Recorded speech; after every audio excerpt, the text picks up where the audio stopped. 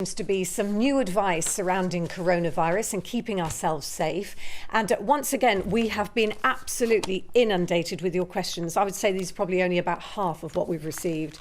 Well, joining us now to answer some of them from his home in Bath is Dr. Bharat Pankania, who's an expert in public health. And it's always such a pleasure to see you. Thank you for taking the time, Doctor, to see us too.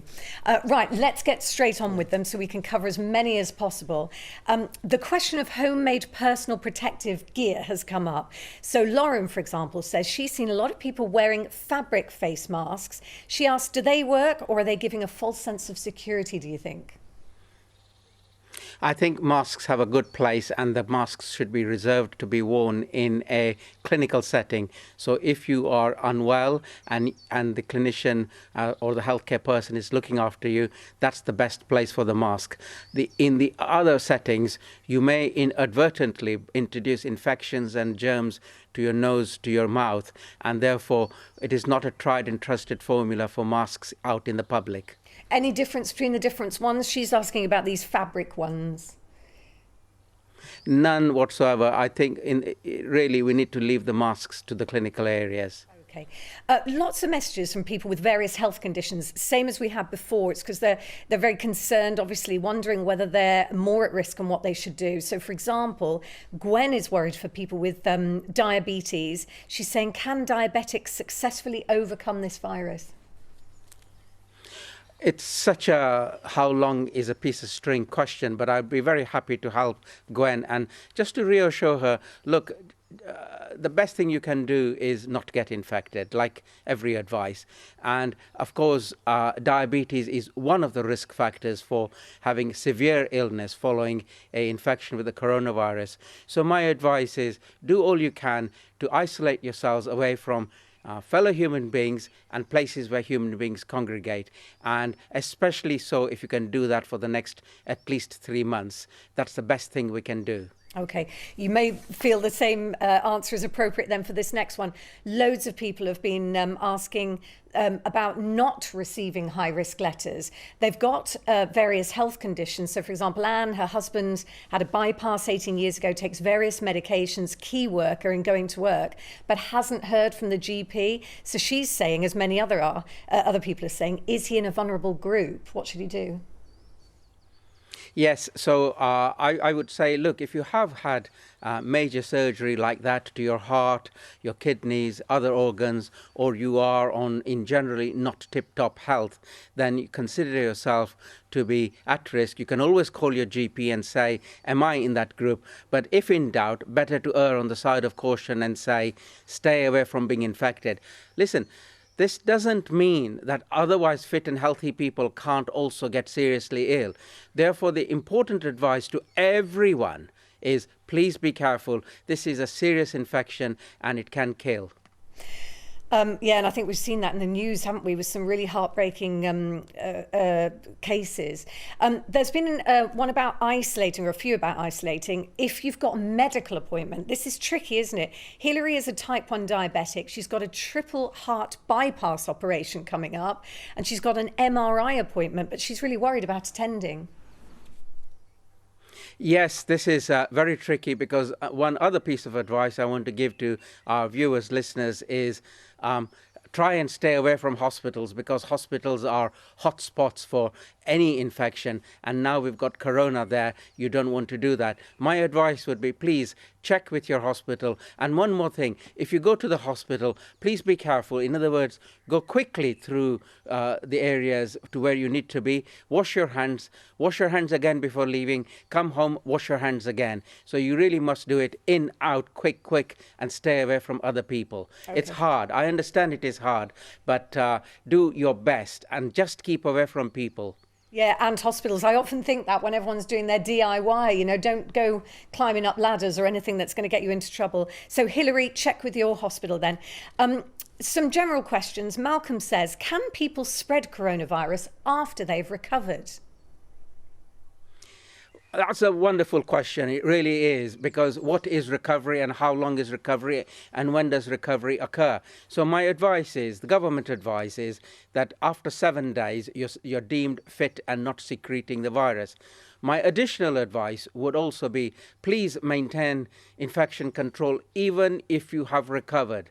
One more thing, the coronavirus can persist in human feces, so it is important, even though you may not be secreting it from nose and mouth, it could still be alive in your feces.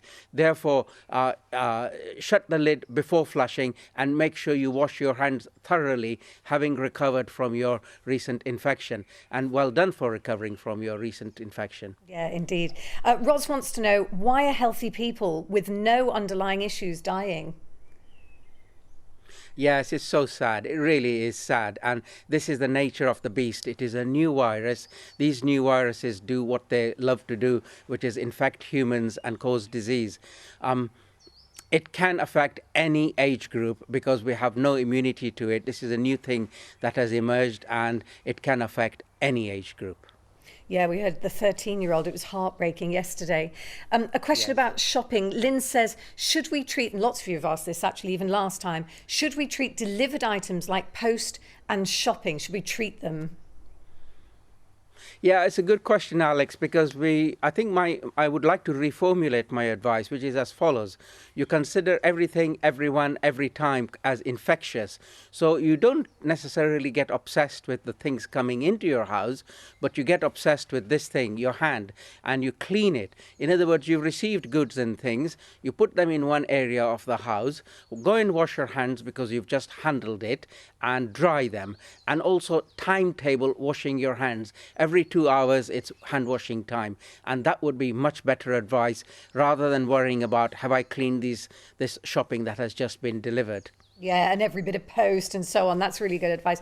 Paracetamol, this has come up before, but it's really important. So I know some of you are wondering. Some people say they can't use it. So Jim's got an allergy, but he's hearing things about anti-inflammatory drugs and coronavirus. Is there something else he can use? Yeah, I have new advice for you all, because I may even have said earlier that we have a question mark over the use of non-steroidals. That's ibuprofen and friends of ibuprofen like Voltarol, etc. That do not use advice has been withdrawn by WHO. Therefore, you may use paracetamol, or you may use these non-steroidal anti-inflammatory drugs like Brufen, Voltarol, those sort of drugs. Both of them are usable and okay to use. Right. Okay. Yeah, that is new. Thank you very much for that. Vaping. This is an interesting one. Jeff wants to know, does exhaled vapor potentially carry the virus more than 2 meters? The example he used was somebody was vaping and it came all over him and he felt like it could just carry the virus with it. Yes, there is a lot that we don't know about this, and it makes a lot of plausible sense, doesn't it? That here is this thing coming from somebody's deep inside their lungs and coming in our direction as a plume.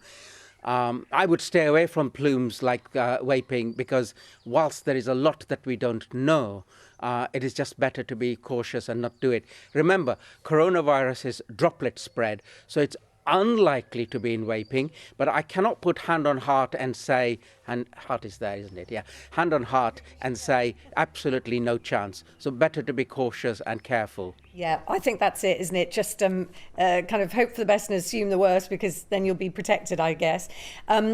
Few questions about the things that we carry around with us. So, for example, credit cards, phones as well. And we also had an email from somebody noticing I wasn't wearing any jewellery, no rings. That's my choice. I just want to keep my hands super clean. But is there any advice on that?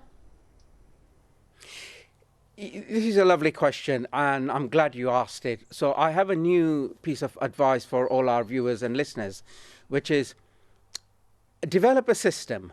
So have a box by your doorway, and in that box, as soon as you arrive into the house, dump your keys, your handbags, your mobile phone, all those paraphernalia that you carry outdoors, okay? Just put it in that box. Walk to your kitchen, don't touch anything.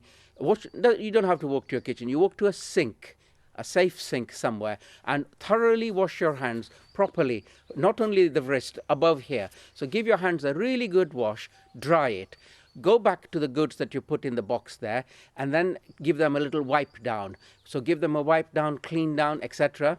and then go back to the sink, wash your hands again, and now you can handle the stuff that you already sanitized a few minutes earlier. So you need to learn this process and make it a habit. This is really important because we want to make sure you just don't bring in this infection into your home and infect other people.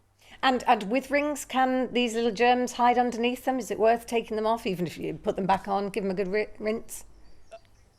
I definitely would, not only rings, but including wristwatches, etc. You really need to do this thoroughly. So you take your wristwatches off, you take your rings off, take it all off, and you really got to do it mindfully. We really have to pay extra attention. But, you know, the other additional advice is stay away from human beings and stay away from places where human beings congregate. That's simple advice to understand, and I think that you need to imprint in your mind. That is the biggest key, isn't it? Dr. Pankania, thank you. It's so reassuring to see you, and I'm sure we'll see you again if we get our way very soon. Thank you.